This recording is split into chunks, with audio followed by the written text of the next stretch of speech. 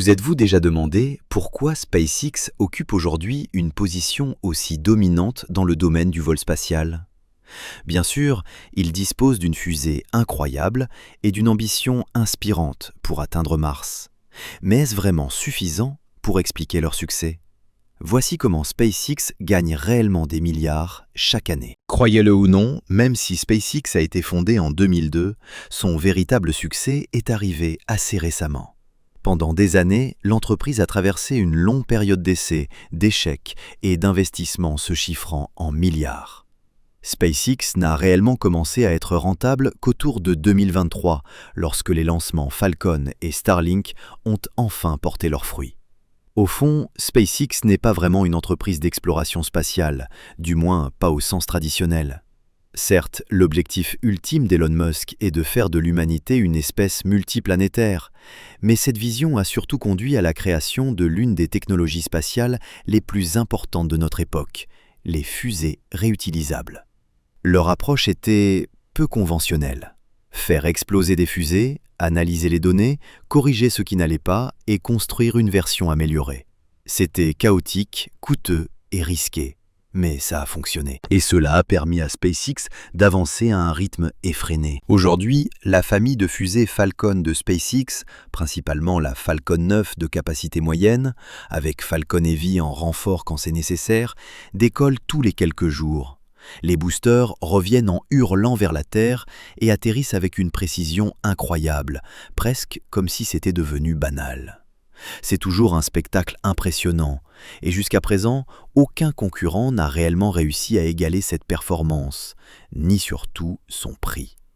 La raison est en réalité assez simple. Imaginez que chaque fois que vous conduisez votre voiture au travail, le trajet la détruise complètement. Vous devriez acheter une voiture neuve tous les jours. Vous pourriez prendre un taxi, mais leurs voitures seraient elles aussi détruites, donc ce serait encore plus cher. Vous pourriez faire du covoiturage, ce qui aide un peu, mais vous partagez toujours le coût d'une voiture entière.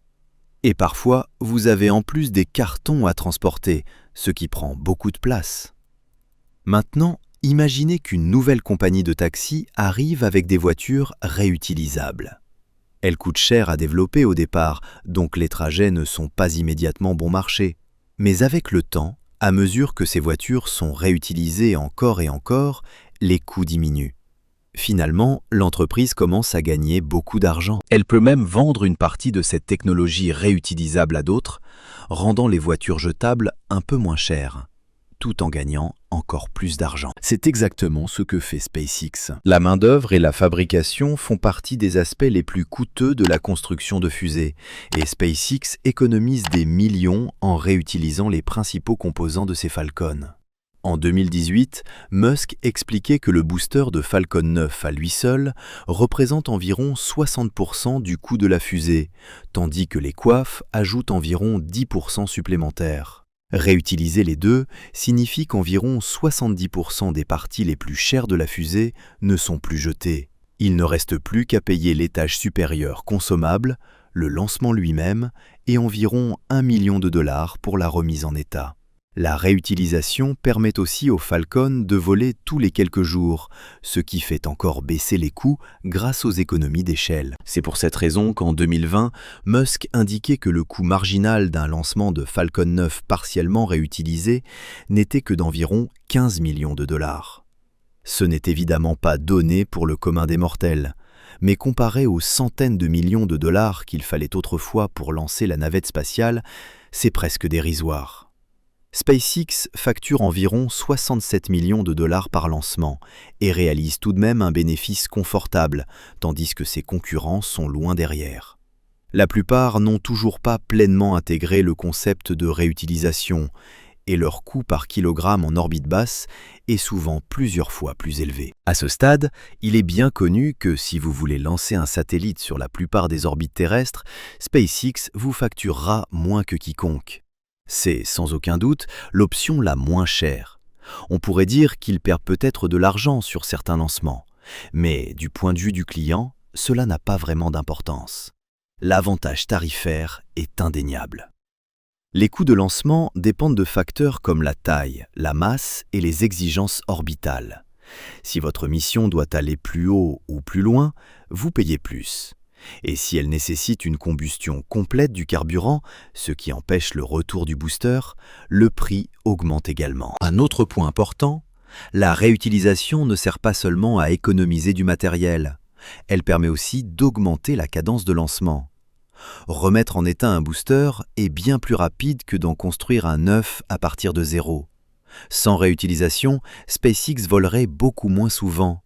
Au lieu de cela, ils lancent en permanence, et ce rythme effréné est une part essentielle de leur coût très bas. Mais la réutilisation n'est pas le seul atout de SpaceX. L'entreprise essaie aussi de fabriquer un maximum de choses en interne pour réduire les coûts. Ce n'est pas la manière habituelle de fonctionner dans l'industrie.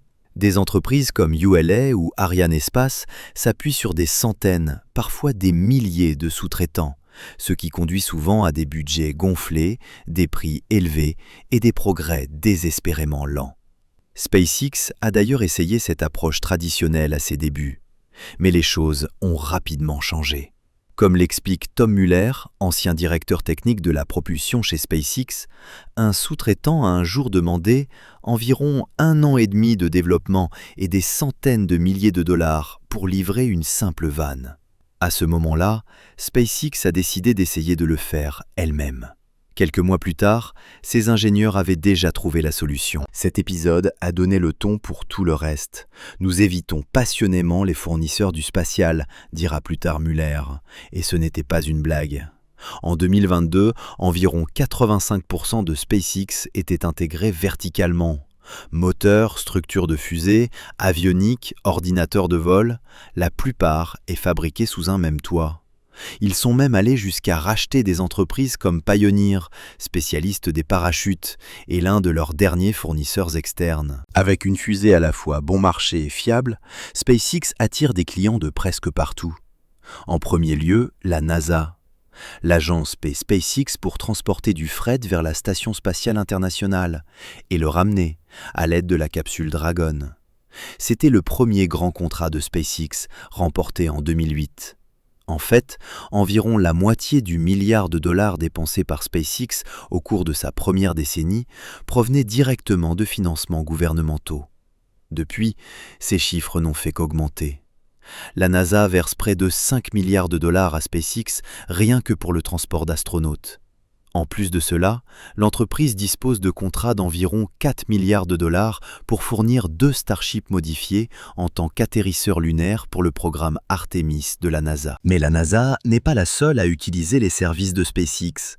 D'autres pays et régions, comme certaines parties de l'Europe ou la Corée du Sud, profitent parfois des fusées Falcon, simplement parce qu'ils ne disposent pas de lanceurs capables de remplir eux-mêmes la mission. L'armée constitue une autre source majeure de revenus. Contrairement à ce que l'on pourrait penser, l'armée américaine ne possède pas de capacité indépendante de lancement orbital. Elle exploite bien des systèmes comme les missiles balistiques intercontinentaux, les intercepteurs antimissiles ou les armes anti-satellites, mais aucun d'eux ne peut placer une charge utile en orbite. Si l'armée veut quelque chose dans l'espace, elle doit passer par la NASA ou par un prestataire privé. Même la NASA est limitée. Son lanceur interne, le Space Launch System, souffre d'une cadence de lancement extrêmement lente, d'un coût astronomique et d'un calendrier pratiquement saturé pendant des années, quand il vole. Mais ça, c'est encore une autre histoire. La réalité, c'est que même si le gouvernement américain gère un programme spatial, il dépend presque entièrement du secteur privé pour placer des charges en orbite. Même le SLS est construit par des sous-traitants privés. Il est simplement exploité par la NASA plutôt que par les entreprises qui l'ont fabriqué. Ainsi, aux côtés des missions de la NASA, on retrouve souvent des satellites de la Space Force américaine, du National Reconnaissance Office et du département de la Défense embarqués sur des Falcon 9 ou des Falcon Heavy. Et pour ces missions classifiées, SpaceX facture volontiers un supplément, en raison des exigences accrues en matière de sécurité, d'infrastructure et de secret. Une autre activité de SpaceX, en plus de tout le reste, est le vol spatial habité commercial. Leur premier véritable pas dans le tourisme spatial a eu lieu en 2021 avec la mission Inspiration 4. Ce vol a envoyé 4 astronautes non professionnels en orbite à bord d'une capsule Dragon pendant 3 jours, au profit d'œuvres caritatives. Le commandant de la mission, le milliardaire Jared Isaacman, aujourd'hui administrateur de la NASA, a payé moins de 200 millions de dollars pour l'ensemble de la mission. Depuis, l'entreprise privée Axiom s'appuie largement sur SpaceX pour envoyer des clients payants vers la Station spatiale internationale, facturant environ 55 millions de dollars par siège. C'est cher évidemment, mais comparé aux options précédentes, c'est une véritable aubaine. Malgré tout, ce sont les petites entreprises de satellites qui adorent le plus SpaceX. Elles profitent pleinement des missions de covoiturage transporteur, où une Falcon 9 est remplie d'un maximum de satellites et lancée en une seule fois. Pour beaucoup de clients, c'est une affaire en or.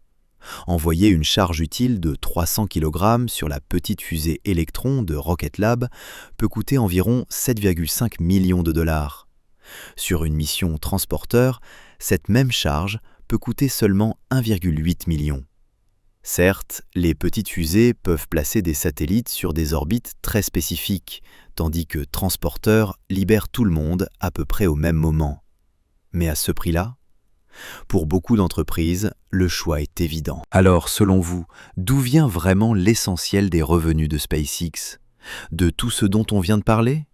Eh bien non. Et oui, c'est là que ça devient fou. SpaceX gagne en réalité le plus d'argent en lançant ses propres missions.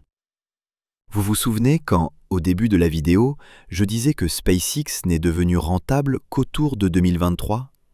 Voilà pourquoi.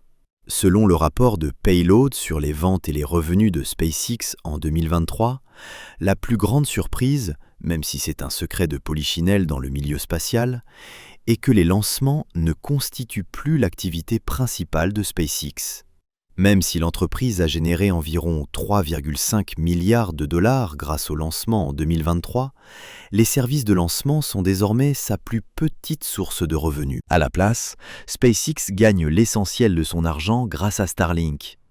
Payload a même qualifié 2023 d'année de Starlink. Et pour cause.